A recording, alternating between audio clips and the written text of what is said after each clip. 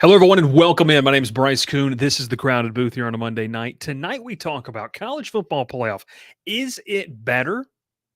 Is it for 5-7 format? We're going to talk about that playoff. We're talking about some of the changes, Notre Dame, where they fit in all this. And then each of us are going to pick a group of 5 representative and a Power 5 representative that could be dark horses to make the college football playoff. We might upset some feelings, but we've been doing a lot of that lately. All blue, all in. This is the Crowded Booth. We'll see you here in a second. Pile in here and make yourself feel at home. The Crowded Booth is coming on. The Crowded Booth with Bryce Koon.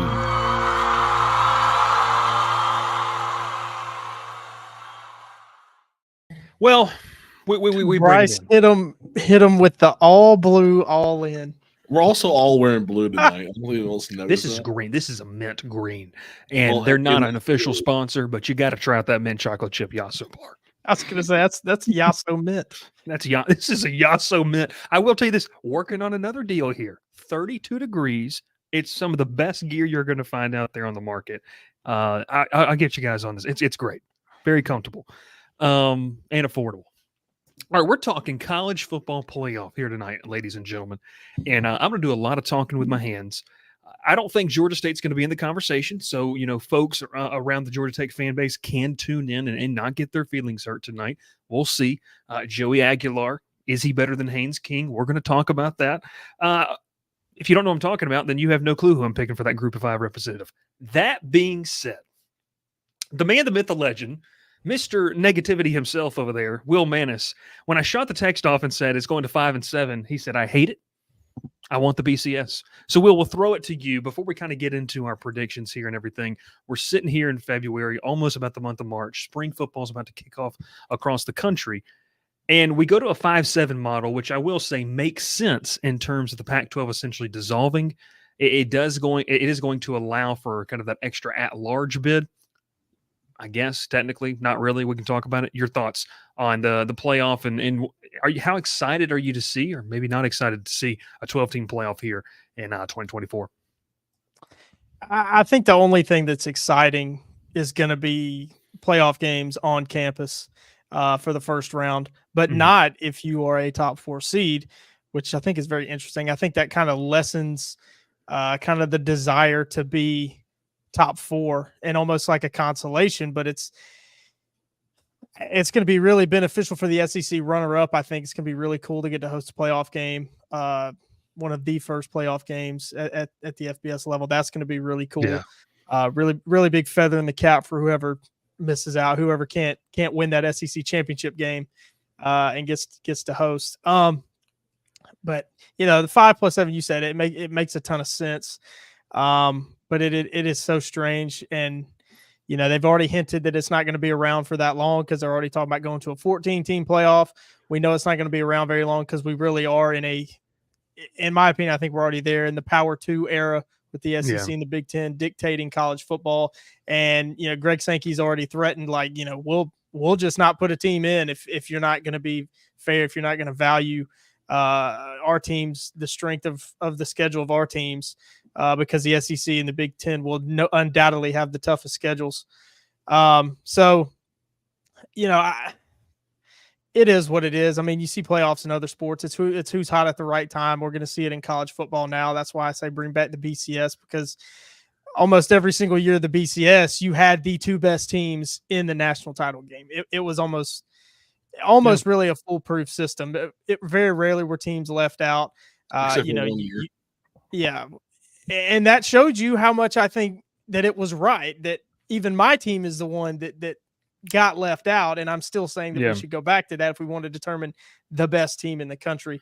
You take, the human polls, the AP poll, coaches poll, and then a computer poll, average them together. But it's going to be a lot of fun. I think the first couple rounds, but again, we look at the landscape, it's going to be the same suspects that are going to be there at the top, same teams that we're still going to see there. Yeah, and look, I want to preface it with this. I'm going to go to a couple bullet points, some clarifications on what this 5-7 change means. But you kind of hit the nail on the head. The same suspects, the usual suspects that we're going to see, stay atop the college football world. Look, Alabama, we've talked about it, might slide down a little bit. They're going to be in the conversation to make the playoff each and every single year.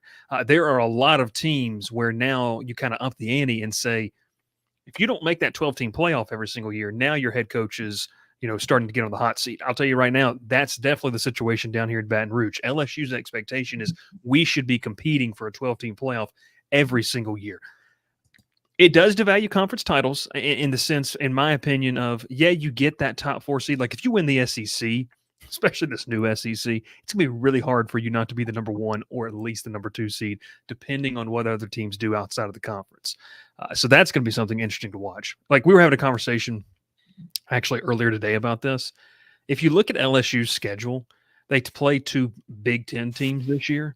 If LSU were to run the gauntlet, like and go like 11-1 regular season, win the SEC title, they're the number 1 seed. Like they beat USC, beat UCLA. Obviously not playing Oregon and Washington, probably the better programs that are making that jump. But then obviously having to play who they're going to play in the SEC. So it's interesting conversation. Some bullet points for people saying, I have no clue what this means in terms of what is this 5+7 model? What does that mean? So we'll clarify here for you. The 4 highest ranked conference champions get those top 4 seeds in order, and they get that first round bye. Those teams may be ranked behind other at-large teams in the final selection committee. But if a team is, for example, the 3rd highest ranked conference title winner, it will jump straight to number 3. After that, the 5th highest ranked conference champion is not guaranteed anything other than a spot in the field. Guys, I love this. Absolutely love this. If we're going to give a spot to a group of 5 program, group of 5 program, almost a group of 6, but the Pac-12 Mountain West, they're just going to be Mountain West, I guess it is. That being said, I like this. Like, let them in. Don't make Liberty or don't make Tulane. Don't make Memphis. Don't make these programs, USF. Don't make them the number 5 seed. Like, that would be stupid. That would be dumb. So I do like that. A couple more tidbits here. Higher seeds in the first round host playoff games. After the first round, the 6 games that make up the quarterfinals will go kind of into those New Year's 6 bowls. This keeps those, marquee bowl matchups alive. And then finally, Notre Dame, since it is not a conference member, will not be eligible for a top 4 seed, regardless of ranking. The highest Notre Dame can have in this is the number 5 seed. And this is not something they just not only said, okay, they actually agreed to this and were big moving part and big moving piece of what they wanted to do here. So we talked about that. Will gave his thoughts. Ralph, I want your thoughts on Notre Dame in this situation because they really pushed for this. And now that it's out here, you're kind of in a weird situation. I mean, look, you get your own money deal from NBC, but you can't really – it's going to be hard for you to host a game if you don't get that 5th spot. Well, that's what they're hoping to do every year is get that 5th spot. I mean, they are going to hopefully just be undefeated year in, year out. Make it to the playoff, be the number 5 team, and then just have to play whoever they have to play, and then maybe push for 1 or 2 home field game or one home field game, and then get to play someone a little beat up. That's what they're hoping for. They're not leaving the NBC deal ever to go play in the conference play. They're not going to do it. They've made it very clear that that's just not their plan of action right now. The money is way too good there. They do great there. It's surprising they agreed to it, honestly. If you look at it as Notre Dame, you're wondering, did you not push for some better agreements for yourself? Or did you not ask for like maybe on behalf of all independent schools? I mean, I know it's not just you, but obviously you're the only one that really kind of matters. But in future reference, maybe someone else steps into the spotlight. I'm just saying if, but I don't know. I understand. I guess all football should appreciate Notre Dame for the situation because they could have made it a lot worse for everybody else. But it's really shocking that they agreed to just openly. Just no really pushback, no really. Oh, we want this though in return, or maybe if we're undefeated, we're to guarantee number 5 team. There's just none of that. It's just like okay, you can't be a top 4 team, but you just have to go to the field. Like, good luck. Yeah. It's just thumb to the wolves, honestly. Yeah, and it's interesting. I mean, look, Will, you were talking about the BCS, and the knock on that is people are going to say, "Oh, it wasn't, it wasn't fair." But kind of when you got after the game, you're like, "Okay, that was fair." Now, there's some years where there's just teams that you're just going to kind of run into that buzzsaw. I think of those Urban Meyer Florida teams that beat up on Ohio State, beat up on an Oklahoma. But you know what? You could have said the same thing for a 2019 LSU team, a 2019 or 2020 Alabama team. Just these teams that run into the playoffs, and no one's matching that. So it's not going to be fair either way. That's really my argument against the expanded playoff. You look at these semifinal games, the 3 seed and especially the 4 seed nearly every year was just getting blown out in the first round. Nearly every year. So it's like, what is the point of going past 4? If 4 is not up to snuff with 1 through 3, what's the point of going past 4? But well, we know the answer to that. It's TV revenue, money. But exactly, and that's in competitive play. You're exactly right. Right. I was going to say, you say after the first round they go into the New Year's 6. You say to keep those marquee bowl matchups. But that's ESPN, because ESPN owns the playoff, and that's everything just to keep that money, because they changed the playoff, but these contracts have already been agreed to. They've already been signed, and they run for several more years. So they've got to keep these games. Yeah, I'm with you there. They're going to have to keep the games. They're going to have to keep things interesting. And when you kind of just roll through the ever-changing landscape of college football, like, this matches up with where we feel like we're heading. I mean, I said this, I was on, another podcast on Friday night, and I said the only 2 people that can stop this from happening are the same people who are petitioning for it to happen. That's the SEC commissioner and the Big Ten commissioner. They hold a lot of the power, them and the media rights people. NCAA sitting over here banning cookie cakes and that kind of stuff. So I will say this. I really, really like that. I'm going to watch it. We all are, whether we like it or not. Football, honestly. And we'll watch the first half. We will. Will, you hit on this about the second half. You hit on this, though, and this is huge for me. An on-campus playoff game is going to be nuts. So I was, once again, I'll tailor it back towards kind of the LSU aspect. Someone mentioned, we were around one of the SIDs the other day, and they said, man, I'm trying to plan a vacation whenever. And the SID shook his head around. He says, what if we host a playoff game? And we just got talking about it or whatever. And we were thinking, like, could you imagine some of these venues, like LSU? This is a home and home that I want to happen, by the way. LSU Penn State. Like that would be an unbelievable atmosphere inside, whether it's down here in Death Valley or whether it's up there, in Happy Valley. So I think home playoff games, that's a win for the fans, because that's going to be fun. And just look at pro sports in general, like besides NFL, really. But look at you look at college baseball when the host like super regionals and regional all that. They're electric. The fans show out. They get this loud, especially when you get these smaller venues, especially with this past year Indiana State.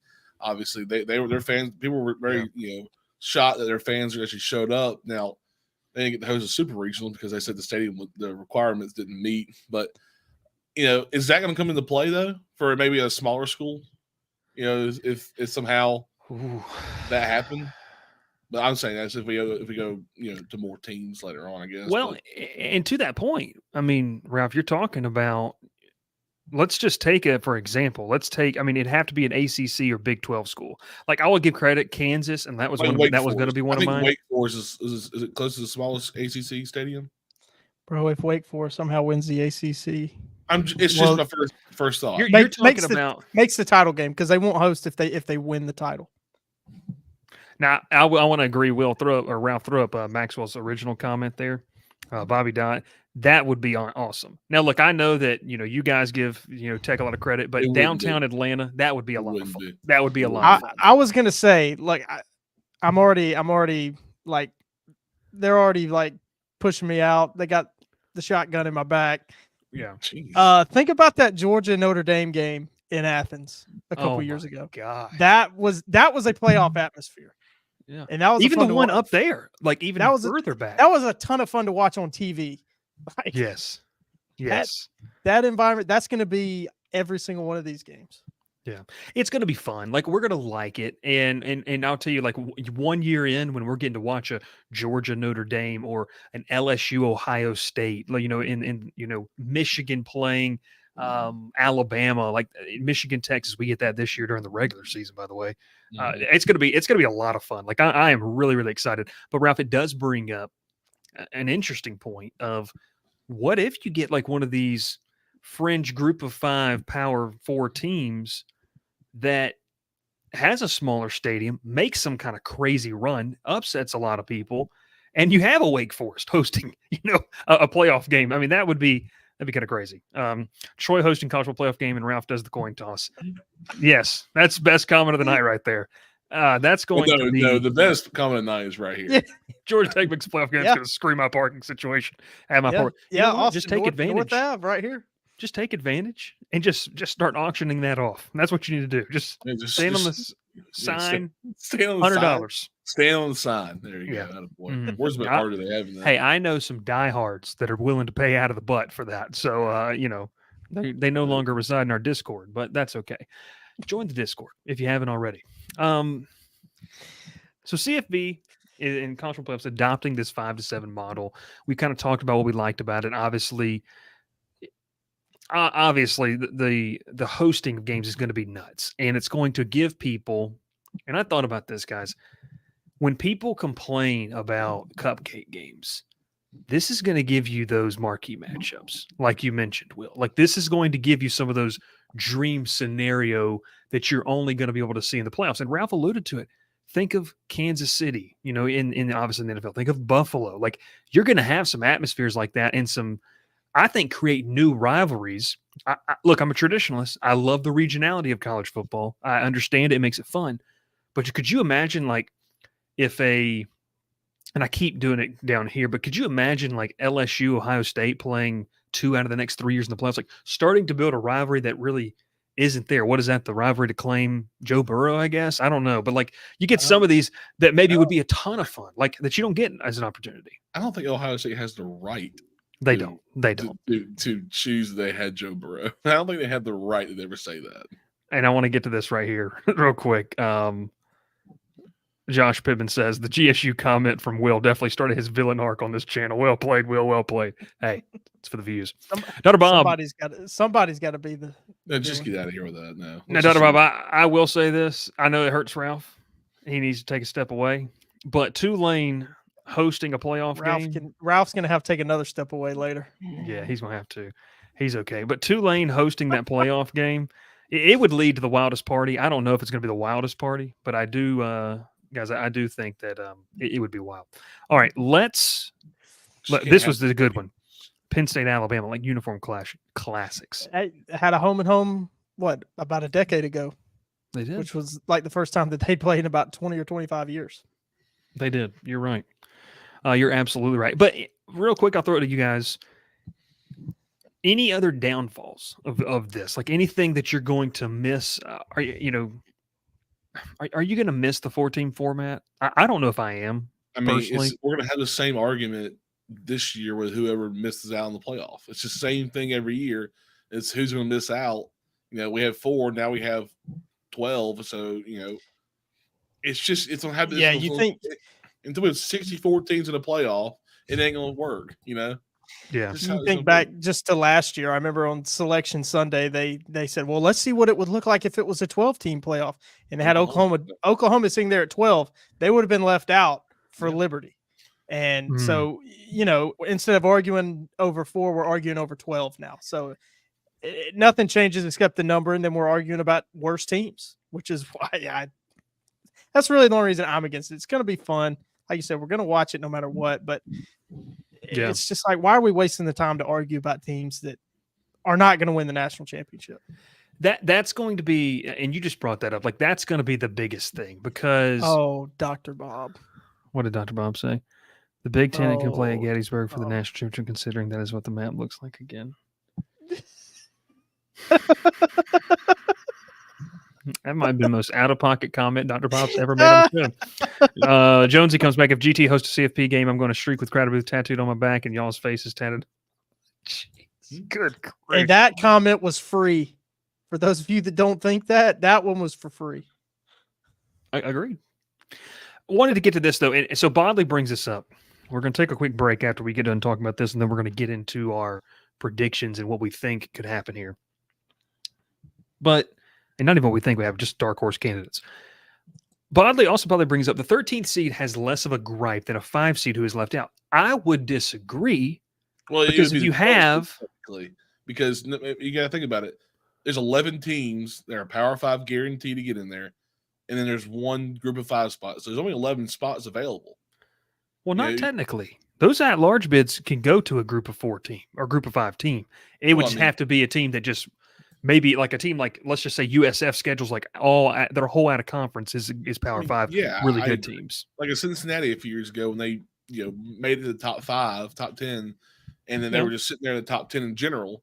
They would have made it in there without being the best group of 5 school. And then we had like another group of 5 school just slide in. We might have had 2 that year, but we don't see that very often anymore. Well, and I'll say this too. I mean, you talk about going back to this comment. I think that there could be even more of a gripe because now you're going to, let's say it's the same thing that happened this past year. And you have an undefeated Liberty team played nobody. Like, great job that Jamie Chadwell and them did this past year. They played absolutely nobody. Conference USA is literally a joke. It's the FCS conference. It is. I mean, it's where teams are making that, and I'm not knocking them. It's just like, well, I mean, what do we like if Kennesaw State goes undefeated? Like we're not going to do that. Are they playoff worthy if they're undefeated? Yeah, they are, man. Best team in the surrounding Atlanta area. Yeah. So, we shouldn't be using them as an example. We should pick somebody else. But going back to that, I wanted to go back to this. Friends of the channel.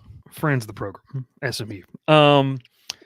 Wanted to go back to that because I think there's going to be a gripe because this is what's going to happen. You're going to have a team like a Penn State, or you're going to have a team like a Washington or a Missouri, a Tennessee, like not the tier 1 or tier 2 potentially teams, but like a tier 2, tier 3 team. Yeah, like what's going to happen if you have a 9-3 Tennessee? About, a 9-3 Tennessee, a 9-3 Auburn, a 10-2 TCU. Auburn anytime soon. That's another show that we're just pushing down the road. By the way, doesn't have to be this year. When's the Auburn pod coming out? Yeah, it's got to come out soon. But no, you're right. You're right, Will. I mean, it's. I don't know how you would. I don't know how you would go North about Carolina it. State. No. Yeah. Just burn the program. Yeah. I don't know. Well, I think that went off the rails a little bit. What I'm trying to say here, though, is that Ralph took a personal shot. Yeah, that's fine. What I'm trying to say here, though, is like you're going to have, like, let's just say a 9-3 Tennessee. They lose to Alabama, Georgia, and Texas, and it's close losses. Like the combined better margin not be left out. Like you can't be left. How are you going to justify leaving them out over a 12-0 Liberty? Like that makes no sense. And I'm gonna tell you right now, my wife, we're looking for a house right now. She's just shooting me addresses, just texting me addresses like I don't have anything going on. But I appreciate it. So let's we got Chris Foster here. Let's get to that real quick. 9-3, Tennessee doesn't deserve to go. No team in the conference has a schedule strong enough to make with losses. Chris, I'm guessing you're a Tennessee fan here. We appreciate it. You think?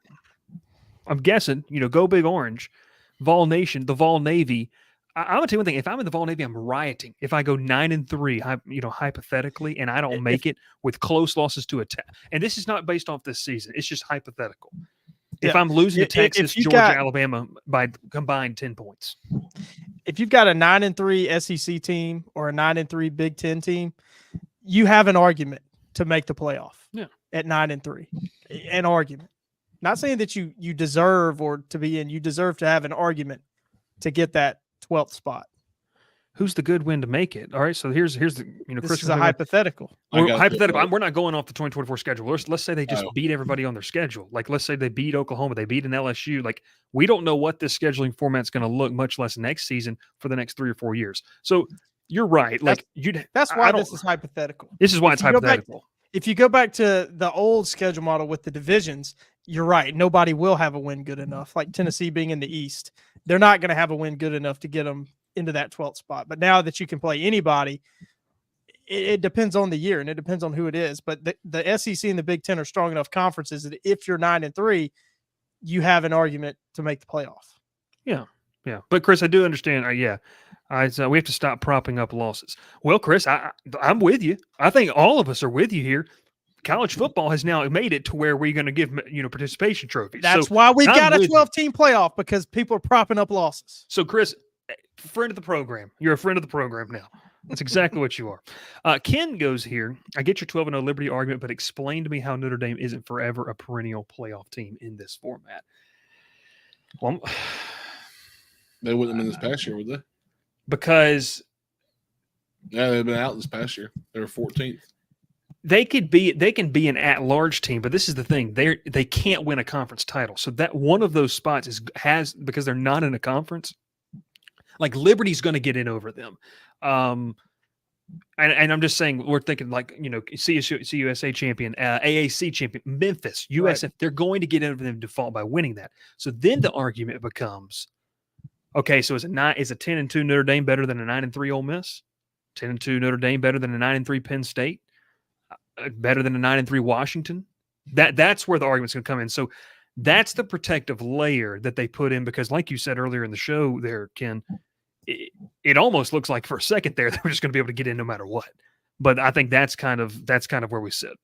One more question before we kind of get to our quick break when we come back. What about 9-3 GT with a win over an 11-1 Georgia? One of those is not happening, and it's definitely not Georgia. That's Ralph's thoughts. Okay, this is a good point here by Chris. Yep. If Tennessee beat Florida this year, Chris, we really appreciate it. If you're not already subscribed to the channel, make sure you subscribe right now. If Tennessee beat Florida this year, they would have been 9-3 with 3 losses to top 10 Georgia, Bama, and Mizzou. They would have barely been top 20. Yes. What we're going off of is the newfound strength of this SEC is going to be able to help you. So let's say that they lost to a Georgia, Bama, Missouri. They're going to take into account the margin of those beatings that they've taken. They're going to take into account of what the teams that they beat did. I'm going to be hesitant here, folks. I almost said I'm excited to see how the committee does this. In about 8 or 9 months, I'm going to be absolutely probably ticked off at something that they do. So it's going to be very, very interesting. We have more comments. We already know records are not a requirement making the playoffs. It defaults to whoever brings more viewers. We don't disagree with you. Brand value is going to matter here. And I will go back up to this, Louis. This is where programs like Georgia Tech, if you don't win the ACC, okay, you are going to have to beat Georgia. Like you are going to have to have an argument, to have a chance. Yeah. Like, that 9-3 Georgia Tech team, that 9-3 Georgia Tech team really is probably going to have to win the ACC, even with a win over Georgia, to make the playoff. Yeah. Maxwell says if we lose the Citadel again, we ain't getting in. Yeah, the dirty SoCon, just making life miserable on the flats. But no, you're right, and I think that's where, guys, we're going to see this, like your mid-tier programs. Like what is going to be the threshold they have to hit? Like that, like what is the threshold that they have to hit? Because a Georgia Tech, let's go down to the SEC and let's go to a Mississippi State. Now, actually, let's step out of there, because although it's not likely, there's the conference is strong enough that you're going to get in the SEC and the Big Ten. But let's think of Kansas. Like Kansas could have a really, really good year this year, coming season, and not get in if they don't win the conference. Yep. Yeah. Chris says, I think Oklahoma would have gotten the nod over Ole Miss in a 12-team playoff last year because of viewership. Ole Miss brings limited eyes compared to OU. They would have given OU that last spot. I don't know the eggs. I I don't know don't- what the value is. But I don't OU know. wouldn't have gotten in because of Liberty. That OU would have been left out last year, if going off last year's final rankings, because Liberty was the highest ranked Group of 5 conference champion, which I guess is how you have to add in highest ranked conference champion of the Group of 5 to get in. Because Oklahoma finished at number 12, and they would have been left out. But Ole Miss Let's just finished. pull this up real quick, and Ralph, I'm going to top share 10. it so we can go off of it. Rankings. I got it right here. Yeah, I got it. Pulled up right here. So we've got this right here. This is kind of helps you right here. This is the final rankings that came out. So in this situation, even though Liberty is number 23 in the country here, they are in as the 12th seed. They in this situation. So the conversation would have been, how would we do this, guys? Michigan, Washington, Texas, Bama. That's your all top have a 4. first round bye. Yeah. Right. Yes. Your 5th team would have been Florida State, 6 Georgia, 7 Ohio State, 8 Oregon, 9 Missouri, 10 Penn State, 11 Ole Miss. And then 12 would have been. So like Will was saying here, you are Liberty would have gone to Michigan. Yeah. Liberty would have gone to Florida State. Yeah. Well, I'm sorry, my bad. Liberty going to Florida State. Yeah. And then That'd been wild. so Yes, Austin. Let's get to the couple comments here real quick. We'll get to Austin's here. Duffy here says 12 seed wins the first year, curse the playoff change. That'd be absolutely hilarious. We'd probably like that. That'd be funny. Chris goes back to, he goes, I think they would have swapped OU and Ole Miss, though. Didn't matter this year, but they would have given that 12 spot OU over Miss like they did Bama over FSU. Well, this is the final ranking. So, although I do think that's very There's fair valid. to think that, because this year it didn't matter who was 11 and 12. Like this coming That's last year true. it didn't matter. This year it will mean everything. So they might just arbitrarily move people around just to get them in the playoff. also, too, that makes sense. Ole Miss did not beat Alabama or Georgia, and Oklahoma had the win over Texas. So, Chris, in that situation, 110%. Yeah, I agree with you there. I agree, and Will laid that out. Laid that out pretty nicely. All right, we're going to take a quick break. When we come back, we're going to get into our not predictions, just early, way too early pre-spring football. We'll revisit these thoughts on a Power 4 dark horse contender to make the playoff. They could either win their title game or be an at-large team. And then that Group of 5 spot. We all have different ones. It should be a lot of fun. We'll be back right here in a second. Your soap is ugh, and your body wash is a synthetic detergent. But you're not a dish. You're a man. Switch to Dr. Squatch Natural Soap for Men. For men who build things. Open pickle jars on the first try. Slay dragons. And let their daughters braid their hair. Men who like to feel good and smell. Titillating. Dr. Squatch takes you places you never thought you'd go. Naked. All right, back here. Look, make sure you use code Bryce Koon, all one word. You can get you can get money off on your deal. And Will still hasn't done it. I'll tell you one thing. I got Dr. Squatch. You got Dr. Squatch? I've been using Dr. Squatch. Your mom got you year. more than one bar. no, he got gifted some balls. I got gifted some more bars. Gifted some more bar. That's big time. Ralph's big into the scented candles. He's refreshing the new apartment that he's got. I'll let Jonesy run with that comment. And then, I've got they got some good stuff. Seriously, so go check it out. Some absolutely, great. And this is exactly the comment we were looking for. Will's mom bathes it, and yeah, that's what we like. We like Dr. Squatch. Use code Bryce Koon. All right, folks. Who wants to go first here? Great show. I'm tonight. going Lively first. show. We're doing order. How about that? Okay, go ahead. Yeah, let Ralph go Ralph's going first so he can say his and get out of here. 'Cause I'm gonna disappoint him. Yeah. Here we go. I'm gonna ban him from the comments in a minute. I seriously am. So my dark horse for the Power 4 is SMU, and I Knew that was coming. Well, yeah, of course you knew it was coming. We talked about it earlier. I mean, look, SMU is a solid team coming into this year. Now, I'm not saying they're going to be the ACC champion. I'm not saying they're going to be the top 14. I'm saying that. Oh, I'll go out on a limb and say it. Well, join me on that limb, then, Will. Look, we're saying these are teams that can make the playoffs, not be the best team, not win it all. But SMU has a solid returning, depth chart. Great coaches. Rhett Lashley has obviously done a terrific job there. Established himself that he is, a coach that can win. He can do it by himself. He does not need any more assistance. He can do it. Preston Stone returning. Obviously, he had the injury last year. I know that's been questioned. I don't think it's going to be a big deal for him next year. He did terrific last year. He was slinging it. He's going to step back into his role again this year and be that dominant quarterback that he was this past year. And, they had the losses to Oklahoma and TCU. They play BYU, TCU, and FSU all at home this year in a row. Yes, that's a blender of a schedule, but it's all at home.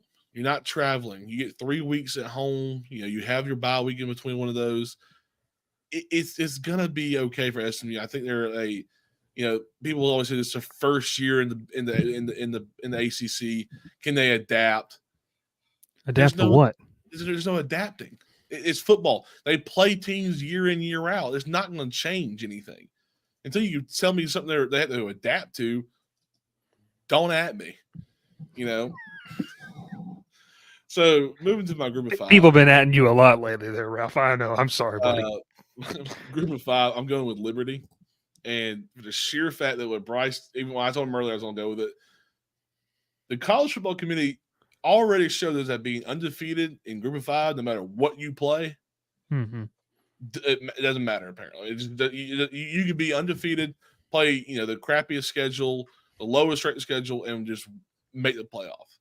That was shown last year. Obviously, they got in over the SMU last year. I think that Liberty gets in again, go undefeated. I had their schedule pulled up. I'm talking about a joke of a schedule. Once again, they play Campbell, New Mexico State, UTEP, East Carolina, and then they go at App State. That might be the only loss they have. And then FIU, Kennesaw State, Jacksonville State, Mid-Tennessee, UMass, West Kentucky, and Sam Houston. And they got a returning quarterback, a great coach with Jamie Chadwell. They're going to be good again this year. I think that Liberty can run it again. They'll go undefeated, maybe it'll be a one loss, and and somehow they'll be thrown in there at number 12 and get absolutely ransacked like they did against Oregon this past year. Yeah, I like it.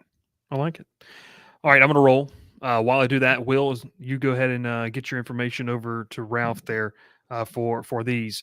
I filled mine in down there at the bottom as we were going. I also want to say this: a lot of people keep saying they lost to a 6-6 Boston College. They didn't have Preston Stone. It was just kind of a weird situation. Boston College. They also had a month to prepare. Yeah. I will say this. Ken Hendricks says Liberty will make it because you can count on a Baptist to sneak into the 12. Love that. Oh my word. Love that. Oh boy. I like that. It's very impressive how SMU pulled it off. Okay. I'm going to say this. I just think if you're Rice had like their best year, you cannot be starting. We're going off last year as a program. It was really cool when Tech gave up 30-something unanswered to Bowling Green at home last year too. All right, I'm going to roll with mine here.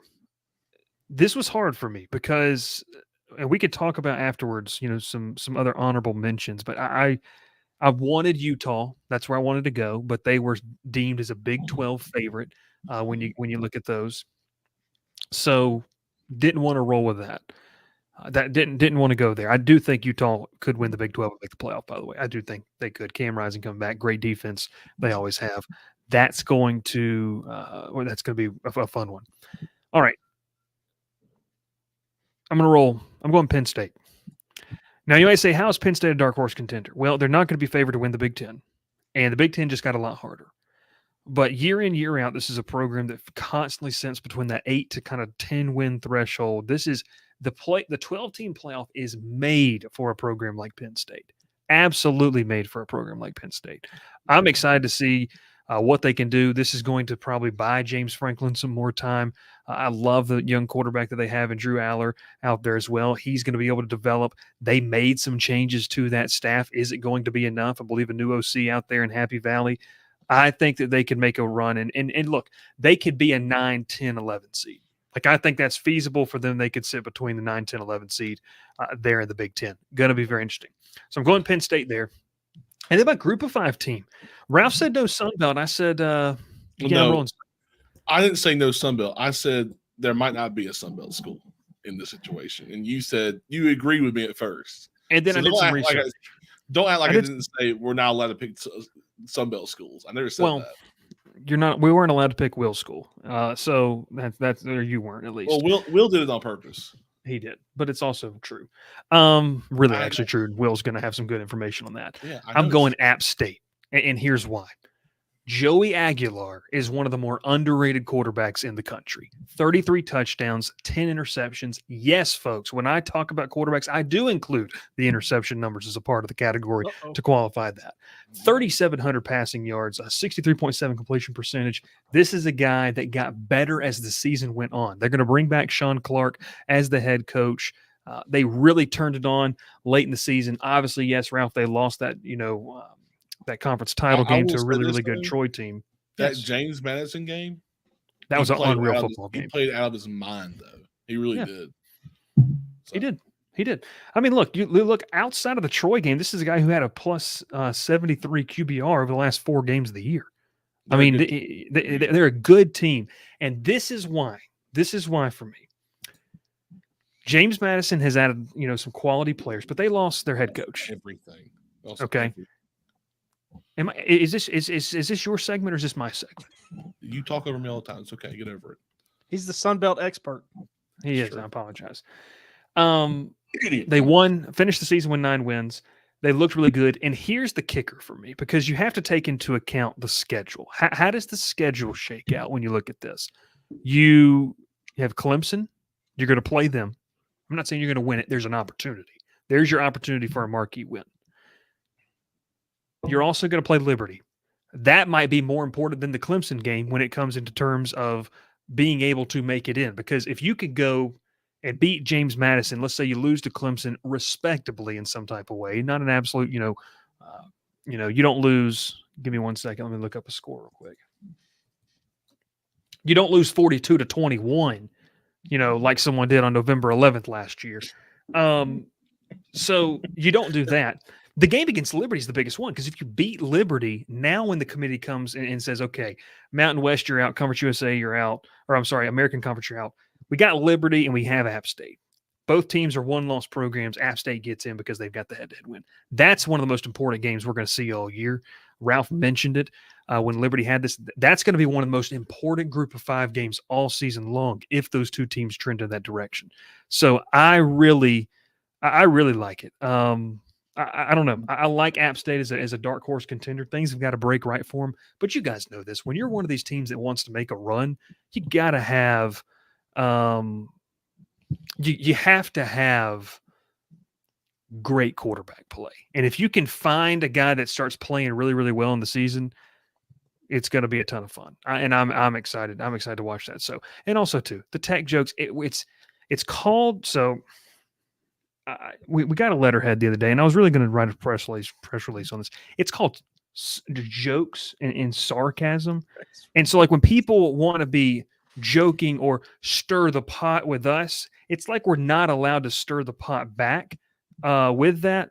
So it is what it is. Don't take his crap, Ralph Leary III. I'm using Ralph Leary just for you. Well, you're giving his grandfather then the discount code. So it is what it is. All right. Will, take it away here as we roll with yours. Hey, going off what you said, Bryce, is that one little thing. App State went to battle with North Carolina back-to-back years, by the way. Took them to double overtime last year, and they absolutely shootout and lost by 2 years ago. So I mean, I love the guy, Gene Chizik, but I mean, he ran a defense that was like 30 years out of date. So true. But yeah, they hung with him. But when you play a Tampa 2 in 2023, you're asking for trouble. It's like me and Madden. All right. It's exactly like you me need and some Matt. double A if you saw the stream last night. Oh, that was rough. All right, Will, you got your first up. We'll go your power four dark horse contender. Yeah, I'm going to the Big 12, going to Arizona. I love this. Jed Fish did an incredible job bringing Arizona back to relevance out there. He leaves, he gets the Washington job. They go out, they hire San Jose State coach Brent Brennan. He'd been there a number of years and really built a really strong program at San Jose State. A real challenger in the Mountain West. Really, he just is a really good coach, had really well coached teams at San Jose State, made them really tough to beat. I think he can do the same thing at Arizona, can do it quickly. There's been a number of players that have already come out and said his culture that he's brought in, just a short amount of time, they really feel like a family, which maybe that's a dig at Jed Fish, a guy that came from the NFL and had not built a college program before. So, a little bit of a difference there.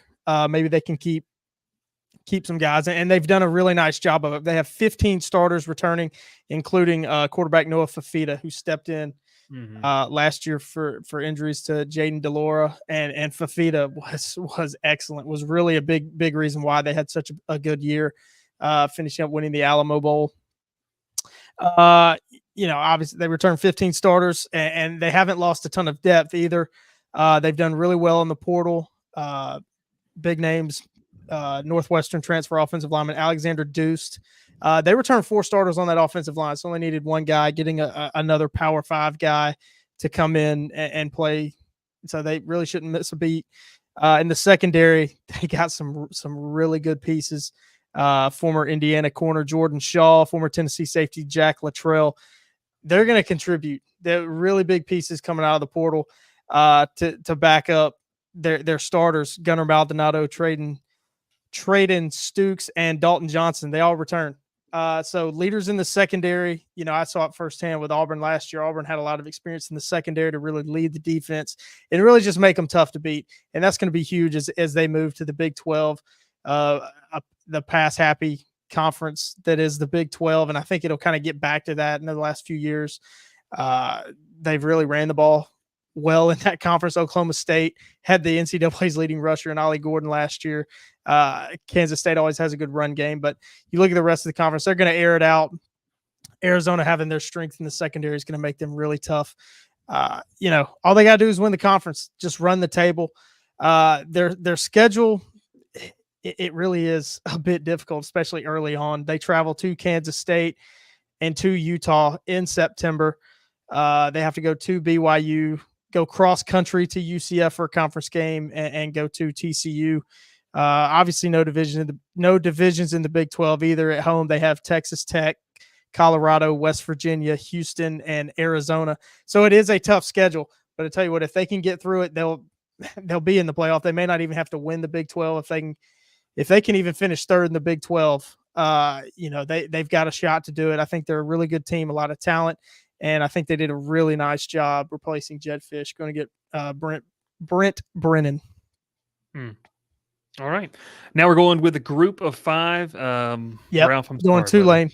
Ralph's probably gone. Yeah, there he goes. Oh, that's great.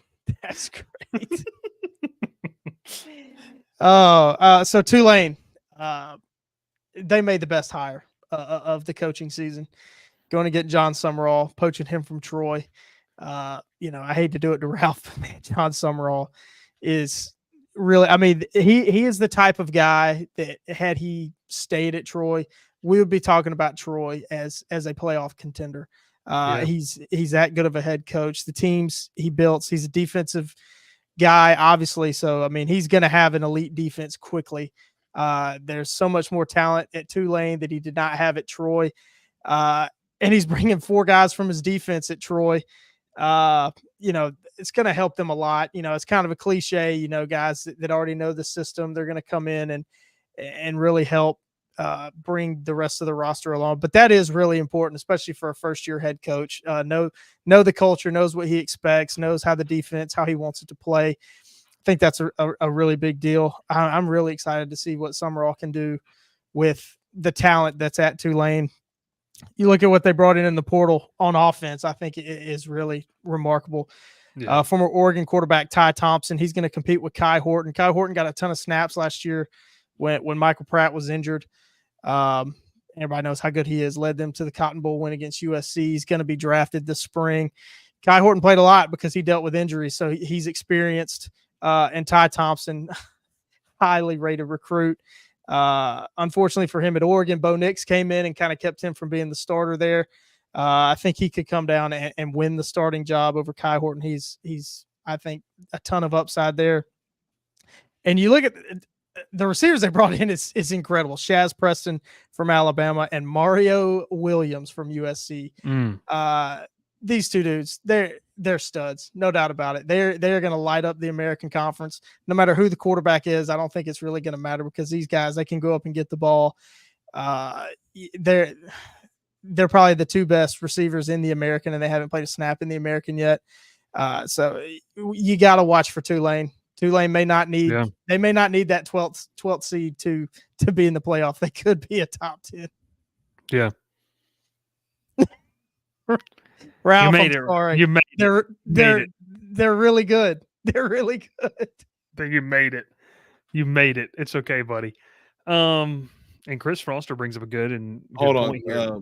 Before you bring that one up, Summerall is going to have one of the best defenses in that conference by far. I mean, he made from a Troy team that was in 2021 with a great offense and horrible defense, and turn around the next year into one of the best defenses in the country for the next 2 seasons. I mean, he's a great defensive mind. That's what he was doing when he was at Troy a long time ago, and then went to Ole Miss, and then went to Kentucky. I mean, Kentucky loved him there. I mean, Stoops loved him. He was the linebackers coach there. All his players respected him. So for him to be highly respected and to get this job, and look, props to him, they're going to do great. Yeah.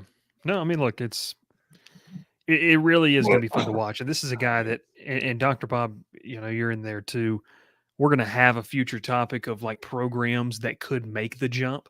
I genuinely believe, and I'll just say this, if Tulane wants to keep John Summerall, jumping to one of the power conference might be their best bet. Like keeping him for a long term. Because if not, this is a guy who could, he could get, let's say Summerall goes to one playoff. And now he is the hottest coaching candidate on the market from the Group of 5 ranks. If he wasn't this past cycle, the guy nearly got Power 5 jobs this year. Interviewed at Mississippi State. Chris talked about too. Had a chance to go to Kentucky. That job's locked up for a while. He's a superstar in the coaching. I don't think there's any doubt about it. If Stoops is gone, if he just 2 steps down, or they finally just move on from him, he's the first call from them. 1,000%. Yeah, I'm with you. I like it. I know, Ralph. I'm sorry. Ralph, I'm sorry. Ralph, I thought about putting in my notes those 4 defensive transfers, but I didn't do it. It doesn't really matter because we have Goose Crowder at quarterback this year. But you don't need to hear them. It's okay. We lost everybody. The whole team's gone. The whole system's gone. Chris is a great viewer and great commenter. I love this. Florida, Vandy, South Carolina will all be open next year. Iowa too, maybe. That would be interesting.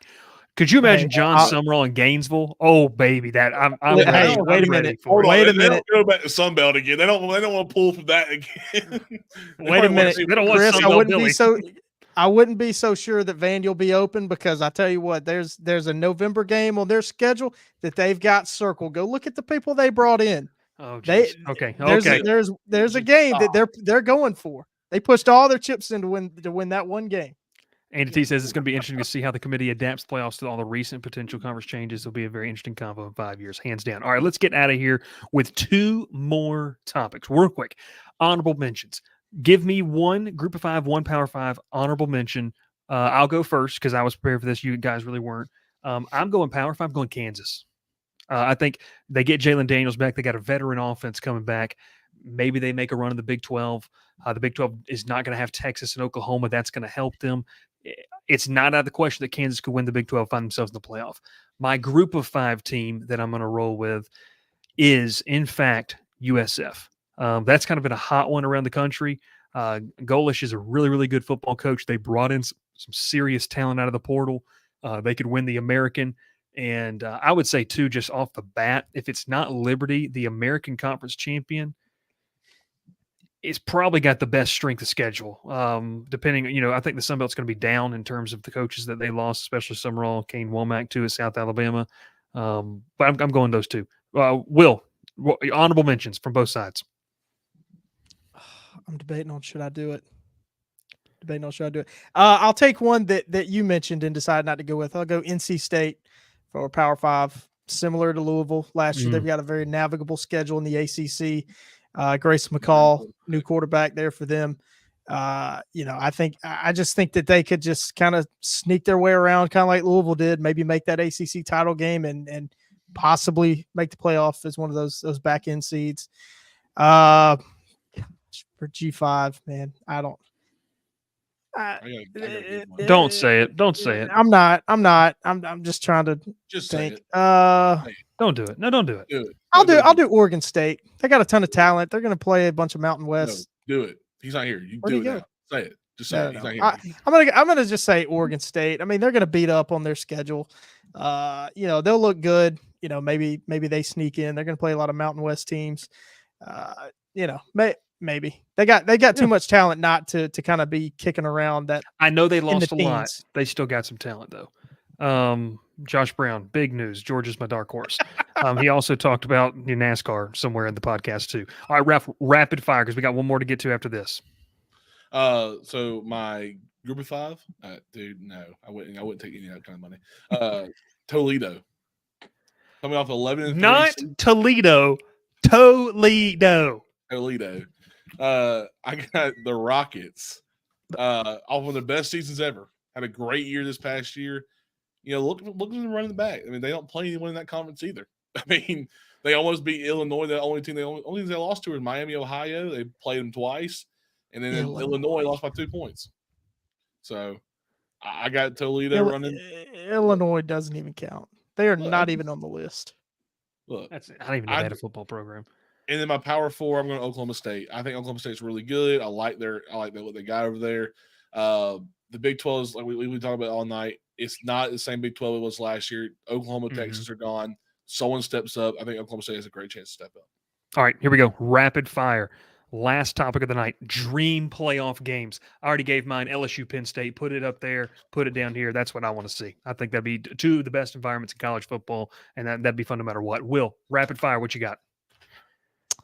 Home and home, by the way, not bowl games. This is a home and home, our home playoff game. Maybe low hanging fruit, but give me Bedlam again in Stillwater in the playoff. Ooh. The atmosphere of a playoff of a Bedlam playoff game in Stillwater would be nasty. It would be nasty. I like it. All right. Jonesy. I want to. Okay. Ralph, go ahead. You got Texas, a minute Oregon. And 40 seconds. Texas, Oregon. Ooh, it'd be a fun one. Be a fun one to watch both those at home. So, yeah, I like it. Hey, I like that. And I like that you all have stayed with us for the full hour tonight. We appreciate it. A ton of fun content. We're talking college football here in the month of February, and you guys are blowing it out of the water with what we're able to do. We appreciate it, and we're excited, obviously, to kind of see what we keep doing. We're going to have some great shows every single Monday night, 8 Eastern, 7 Central. We started a little bit late today. I had to eat my baked spaghetti. Yasso Bar on the way, going cookies and cream tonight. Phenomenal. Might be the best flavor they have. I did get the caramel that I'm going to try. Very excited for that one. We're getting closer to partnership with them. 32 Degrees, Dr. Squatch, presented by Cook's Place, best scrambled dog. Miss me with that place in Midtown or downtown. I'm Cook's Place all day, every day, right there in Columbus, Georgia. Our boy Roy, our boy Sunshine, cooking those weenies up. Not Will Lowry. Why did I say that? Will Manis, Ralph Leary. My name's Bryce Koon. We'll see you next time. Okay. Pile in here and make yourself feel at home. The crowded booth is coming. coming on. The Crowded Booth with Bryce